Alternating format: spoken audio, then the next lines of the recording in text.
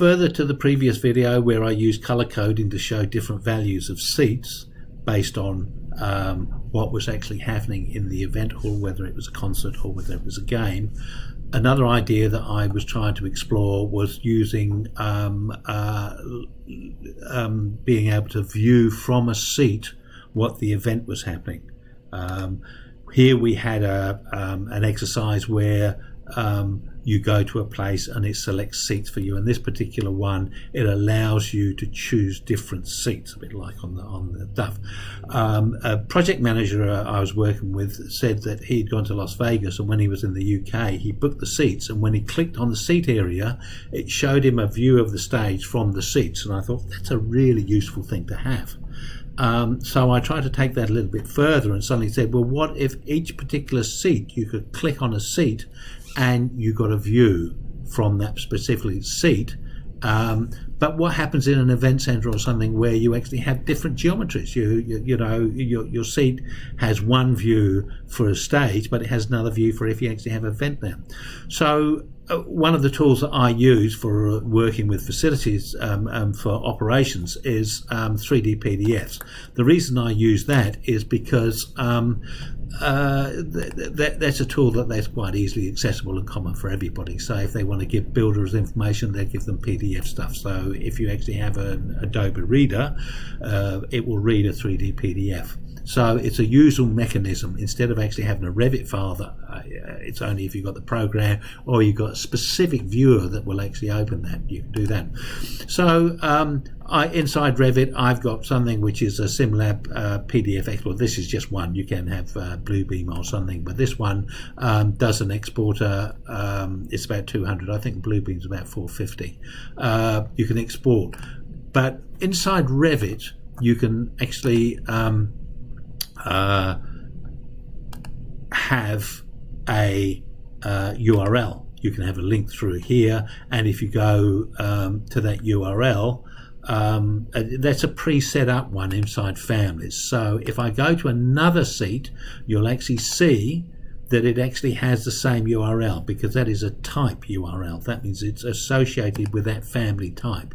So, and also if I double click on that element, it will take me to the family. It will not take me to the URL. To actually go to that URL, I actually have to click on that object. Inside Revit, I can actually now click on that. If I click on that line and now click on that little dot there, it will take me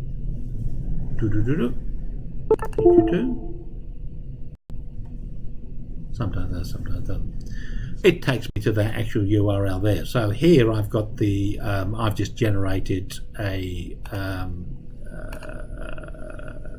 Revit panorama from inside Revit. Now it's thinking about coming up. Don't know why it's struggling so much with that. And it'll come through. Here we come. It will come through that. So, but I have to be in Revit. I actually have to go into the actual data inside that family to actually click it, which is not particularly flexible. I can also associate inside Revit, and I can create a new share parameter, and I can put a share parameter in here and put a URL in there. Again, it's not clickable. And to a certain extent, you're not in Revit anyway. So what I wanted to do was actually have a clickable URL straight from within a 3D PDF. Inside 2D PDFs, you can actually do a hidden area over, say, a text box or a room name within a 2D, and in that hidden area, a hyperlink to somewhere else. So I was suddenly thinking, can you do that in 3D? So I spoke with Simlab people, and they said, well, no, you can't do it straight away from the export from the Revit to PDF, but you can if you go via Simlab Composer. So this is another product from them, and this is the actual product, and you can export from Revit to Simlab, and from there, if you go onto an object, you can create an action. I'm sorry, no, I don't want to. I want to go to another one. It doesn't have any action yet, so we just go to that one there, and it selects that object, and you can do some actions within it. And one of the actions is to actually go to a URL. It does some animations, some other things. They're not interested. I was only interested in the URL idea of the thing. So again, If so, therefore, if I click on this particular object, you see it's got a URL that it's going to, and it's going to that view of that seat. I've set up another couple, and the nice thing is that is such an instance parameter, so it only relates to that object. I've got another one relating to this object, which is going to another view, and I have another one on the very end seat there. Oh, missed it, which goes to a third one. So that's handy as well. So if I go into a 3D PDF that I can actually file, export from here. Now within the 3D PDF, another thing that I do is I try and set it up so that it has some sense for people. Within the settings that I've got for this particular one that I've done, I've made a background template, and if I go into that template, I've got an image of the arena in behind, and then I've set up some preset views inside here. So in here I've got preset views, perspective, floor plan, main floor area, seat view and seat view 2, and I've got a descriptor of where it is and a bit of my information here. So when somebody opens up that thing, it's got that. I then generate from this file a 3D PDF. So I just go export as 3D PDF. If we come into that 3D PDF, and I just go into the perspective view there, and we just turn that one there off. There it is. So I've got the buttons down the side, I've got those. So I've set this up so that if I go to that seat view there, it zooms in on a particular area just so that I can demonstrate this. If I click on that particular seat, the little wheel goes round and round, and if I go into my browser, it's opened up another copy of that particular seat. Now I can actually go in and go to a different seat view and go to this seat here,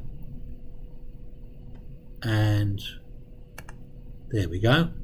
We get the little wheelie going around, so it's then going and trying to open the browser and doing that.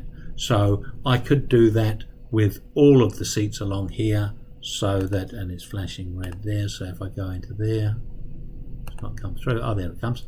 So here it comes through, and you notice that that has EN35 and this one has EN83. So it's a different view with a different perspective based on that view. So from there they can see, yes, very good view of the stage from the side and a pretty good view of the basketball area, whereas the other one, if we go back to there, really good view of the basketball, and the stage is a bit further away, but a nice long shot of it, and this stairwell coming down, which is the stairs coming up into this area, it's not blocking anything off too much, so that's quite a nice view as well. Inside the Revit panorama, you could populate those all of these with people so that you can see what you're seeing over other people's heads, or if other people are going to block part of your view that may be indicative. If you were doing an actual photographic panorama that you would set up on the seat, you'd set it up to eye level so that you get a clear photo from all of those. I will talk about that in another video. So I just wanted to demonstrate the fact that within our creation tools, we can do an awful lot more to simplify or make a lot of the information that we create more accessible for people. And in some ways I think we just focus on getting the building built and don't look at sort of like after sales services of other things that we can actually do within our tools to actually help our clients. So I hope this has been of some interest for you.